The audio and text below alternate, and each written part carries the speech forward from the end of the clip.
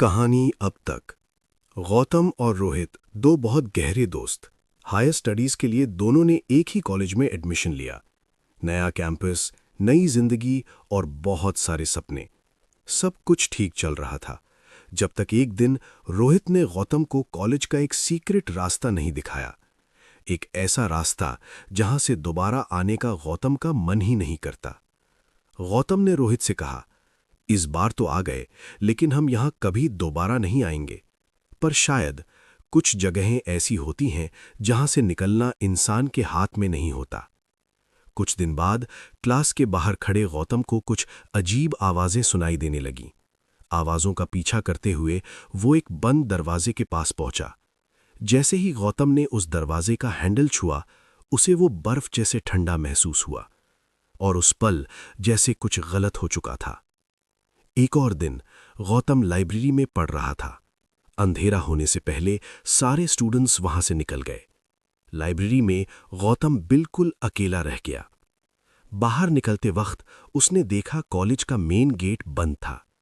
तभी उससे एक सरसराहट सी आवाज सुनाई दी।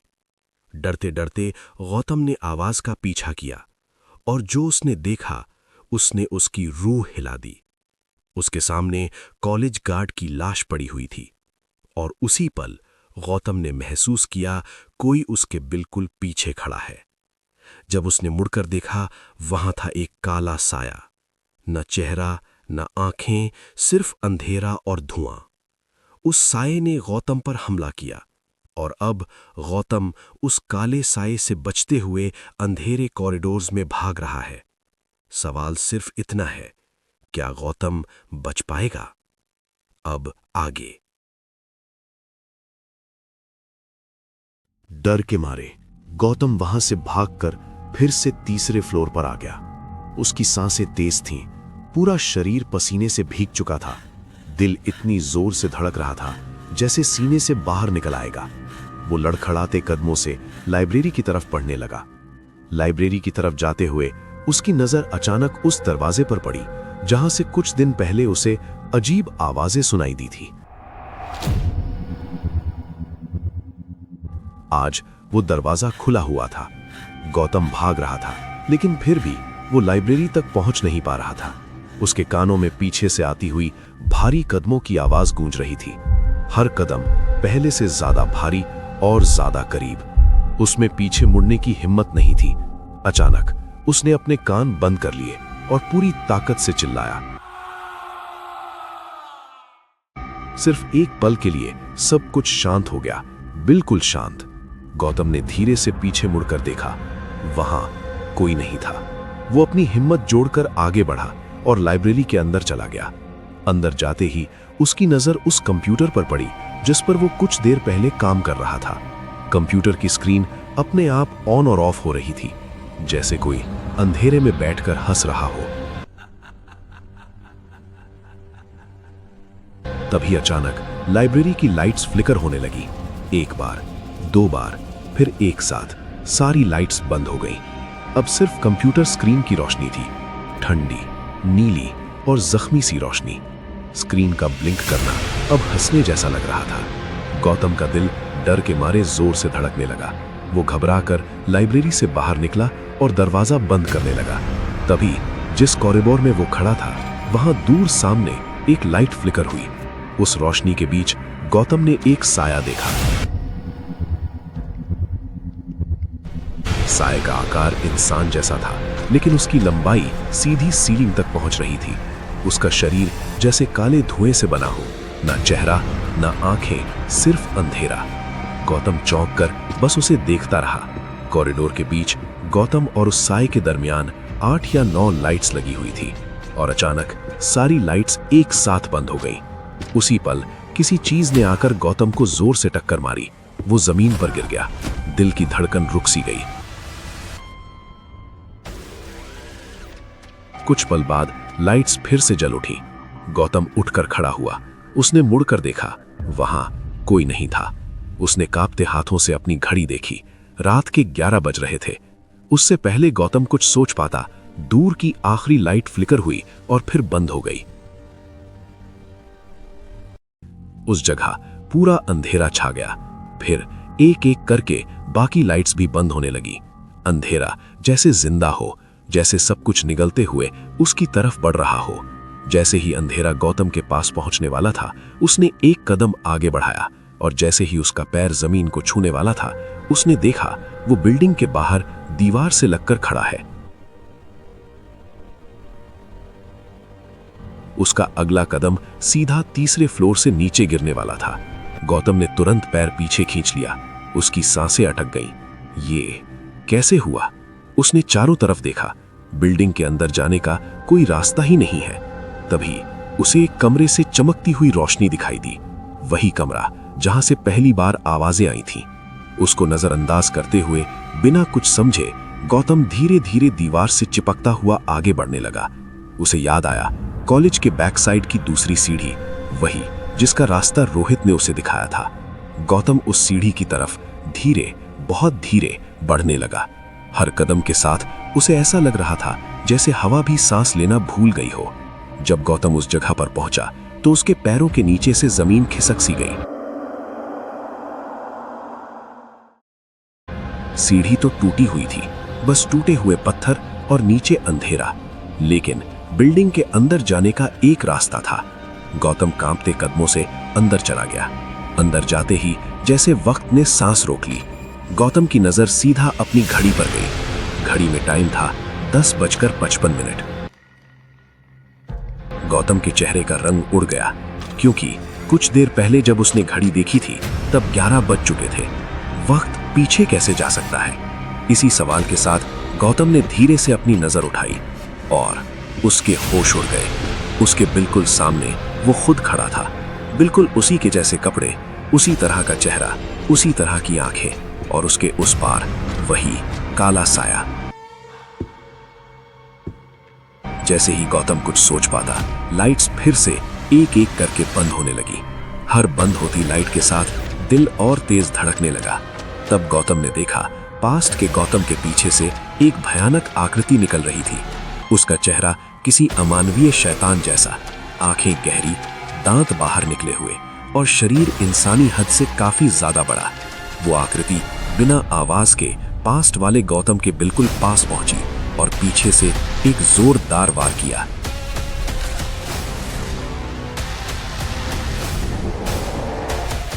उसी पल पीछे से देखते गौतम को लगा जैसे उसका दिमाग फट जाएगा और गौतम बेहोश होकर गिर पड़ा। कंप्लीट शांति। न पास्ट का गौतम, न शैतान, न आवाज, न रोशनी, सिर्फ अंधेरा। कुछ देर बाद गौतम को होश आया। वो समझ नहीं पा रहा था कि गुजरा हुआ वक्त रिपीट कैसे हो सकता है। गौतम धीरे धीरे उठा और आगे बढ़ने लगा। उसे अंदाजा था कि पीछे से वो चीज फिर से हमला करेगी और अचानक उसे महसूस हुआ कोई उसके बिल्कुल पीछे खड़ा है। गौतम ने सांस रोकते हुए पीछे मुड़कर देखा।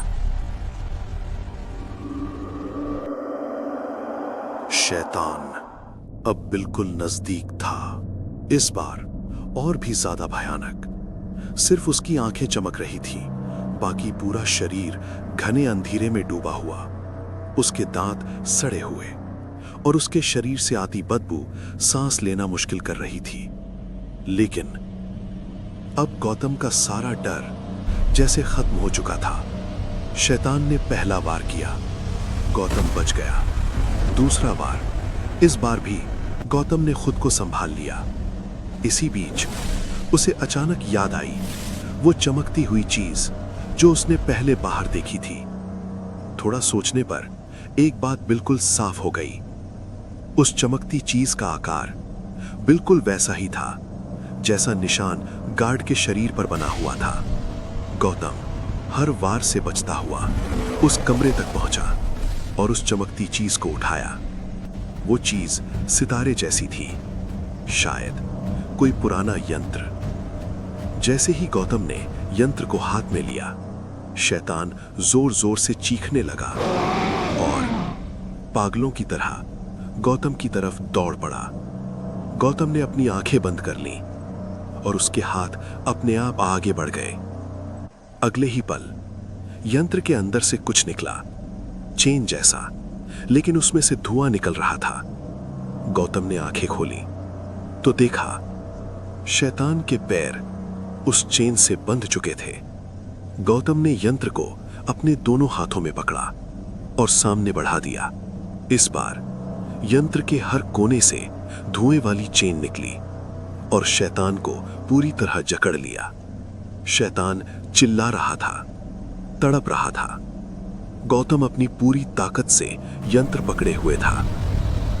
धीरे धीरे शैतान कमजोर पड़ने लगा और आखिरकार यंत्र के अंदर समा गया।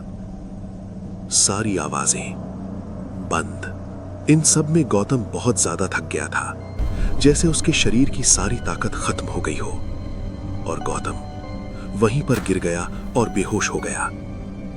कुछ समय बाद गौतम को होश आया और उसकी नजर उस यंत्र पर पड़ी।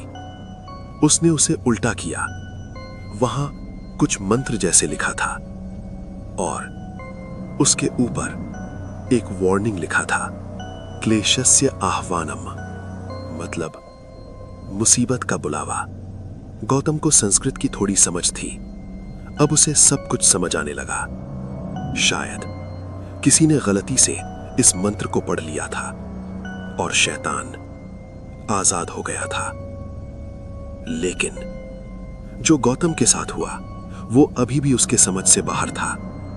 उसे लगा इस यंत्र को यहां रखना बिल्कुल भी सही नहीं और इसे कहीं दूर ले जाकर छोड़ना चाहिए। इसी सोच में रात के 12 बज रहे थे। सुनसान सड़क पर गौतम अकेला चल पड़ा, हाथ में यंत्र लिए हुए। अचानक यंत्र कांपने लगा। कंपन तेज होती जा रही थी। तभी किसी ने गौतम के कंधे पर हाथ रखा। गौतम के होश उड़ गए। उसने मुड़कर देखा, एक आदमी मंद मुस्कान के साथ। उस आदमी ने यंत्र छुआ। कंपन तुरंत बंद। आप कौन हो? गौतम ने पूछा। आदमी मुस्कुराया। इस वक्त यह सोचना ज्यादा जरूरी है कि इस मुसीबत का क्या करना है। वो गौतम को एक जगह ले गया। वहां एक बड़ा सा गड्ढा था, चारों तरफ लिखी हुई एक अजनबी सी भाषा। उस आदमी ने गौतम को कहा, इस यंत्र को इस गड्ढे में रख दो। बिना सोचे गौतम ने इस यंत्र को उस गड्ढे में रख दिया। दोनों ने उसे मिट्टी से ढक दिया। बाहर निकलते हुए गौतम ने पूछा, सर, आप कौन हो? इस पर आदमी ने गौतम से ही वापस सवाल किया, तुम जानते हो तुम कौन हो? गौतम ने कहा, मैं तो आम लड़का हूं और मेरा नाम गौतम है। आदमी थोड़ा मुस्कुराया और बोला, तुम सिर्फ गौतम नहीं हो, न ही कोई आम लड़के हो। और उसने एक चिट्ठी उसके हाथ में रख दी। गौतम ने चिट्ठी ली और उसे जेब में रख लिया। और जैसे ही अपनी नजर उठाई, वो आदमी गायब ही हो चुका था, जैसे कभी था ही नहीं। गौतम ने आसपास देखा, कोई नहीं।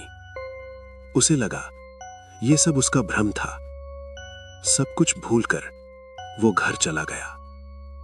घर पहुंचकर जब उसने जेब में हाथ डाला तो चिट्ठी अब भी वहां थी। गौतम कांप गया। उसने धीरे से चिट्ठी खोली। उसमें कुछ लिखा था। गौतम उसे पढ़ते हुए बोला, काली बन,